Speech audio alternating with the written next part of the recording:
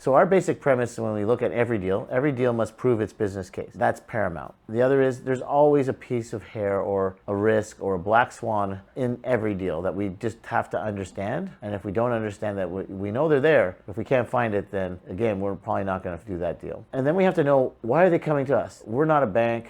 What's their main purpose in coming here? Usually it's complicated. Usually it's something unusual, something requiring a little bit more thought about how to manage the risk. We're going to talk to you about a deal in one of the boroughs of Toronto. It's community retail with second floor office, fully leased, and it was showing an 11% mortgage. It was showing a debt coverage ratio of 108. That's the sort of the positive part of the deal, which loan to value was 72%, 3%. That sounds not bad. Why wouldn't you do that deal? First, we look at how we got it. We got it through a broker network. The broker, provided us, I guess, enough information, but didn't really provide a summary as to how to structure the deal or why. So we got raw information, so that gives us a lot of work to do. If we look at the purpose of the deal, it was to refinance a property that had 54 tenants of mixed-use office and retail, and we were there to finance out existing first, second, and third mortgages and consolidate it, and they actually wanted to take an extra $1 million out. So it also came to us in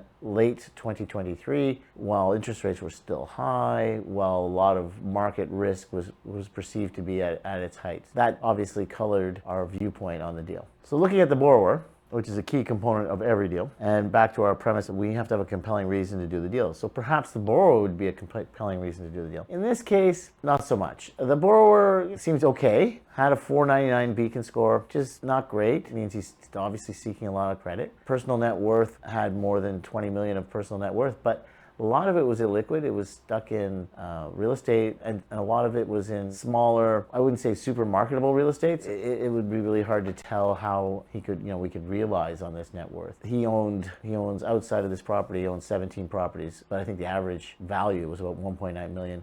His portfolio had a 56% loan to value based on his values, which again, when we look at it, would probably be lower.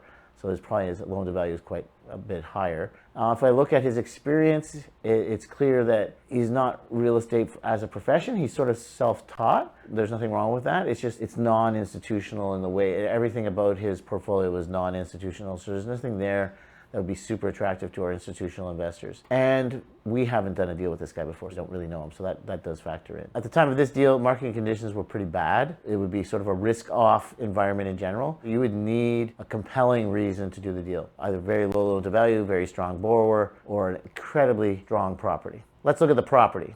It's located in one of the boroughs in Toronto. That's okay. It's community-based retail in okay neighborhoods, so not a problem. But it is mixed office and retail. So that's a little out of favor in general with most investors because it's kind of difficult to lease and it's difficult. The leases themselves, there was a high rollover risk in 2024 and 2025. So this was 2023 when we looked at this. That's not great. And the income was overall, $1.2 million, and it had a cap rate of 7+%. It also had 54 leases to review.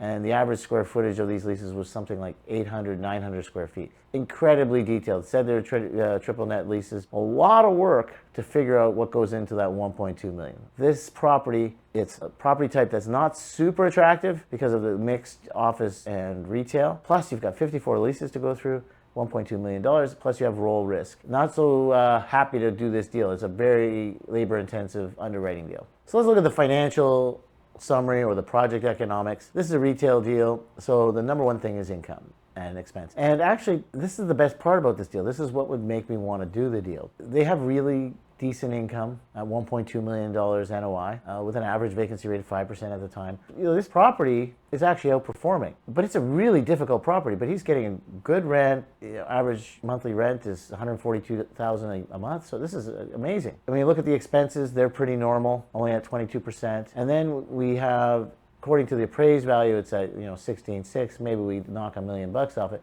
but it's either 63% loan to value or 70% loan to value. So that part, I might want to go a lower loan to value, to be honest, because of the tenant mix and the rent rollover risk, but not so bad. The other thing that's compelling is if we put out a mortgage at 11%, this thing actually has an annual debt service coverage ratio of 1.08. That's the number of times the net operating income actually covers the debt. From a private lending point of view, this isn't too bad. This is the best part of the deal. It's not the greatest, but it's not too bad.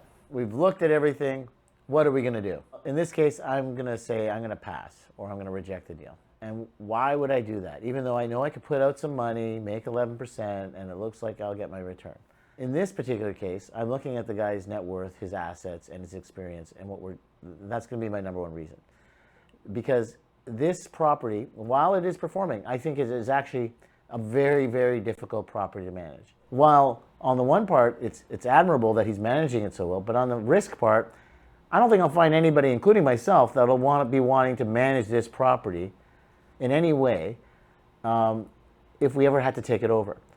This is probably a 3-man-year property and portfolio if you wanted to manage it. So he's probably got his own team, which is doing quite well, but it's so unique and so difficult that it's not attractive from that point of view. The other part, which is also huge, is the market condition. At this moment in time, or that moment in time, at the best of times, mixed-use office retail is not attractive. But in an environment where office and every other asset other than, let's say, industrial and construction for sale in residential is good, this is not going to make the cut in terms of other assets people could work on to, what's a lender going to make on this deal? It's a $10 million deal. They might make $50,000 to $100,000. This is a really difficult deal for someone to make that amount of money in a market where there's a ton of choices of much better deals. The other big reason is exit strategy. We look at this deal and we go, okay, maybe I can take collateral, but I got 18 properties to look at and I got to execute, let's say, hopefully getting refinanced. But who's going to refinance a deal like this? This is why I think the loan to value is too high. Because if the loan to value is low enough, I could get an institution to at least take it at 50%. But we're beyond that. So that means we're always going to be looking for private money. And this is a very particular taste, and I don't know if we'll find someone that will really want to do this deal. So as soon as we're in the deal, we'll have a really difficult time getting out. The other option was, okay, maybe we could just sell it. But again, you're going to have to find someone who's uniquely qualified to manage this property. And that's going to be incredibly difficult. This deal is so non-institutional that it's just going to require a certain person or a certain lender that would want to do it. And the amount of work you'd have to do to satisfy yourself would be way off the charts. Probably not worth it for the amount of money you're going to make on the deal. In a market where there's tons of choices of other deals that are higher or that are better and will produce a much better risk-adjusted return. In conclusion, we rejected the deal.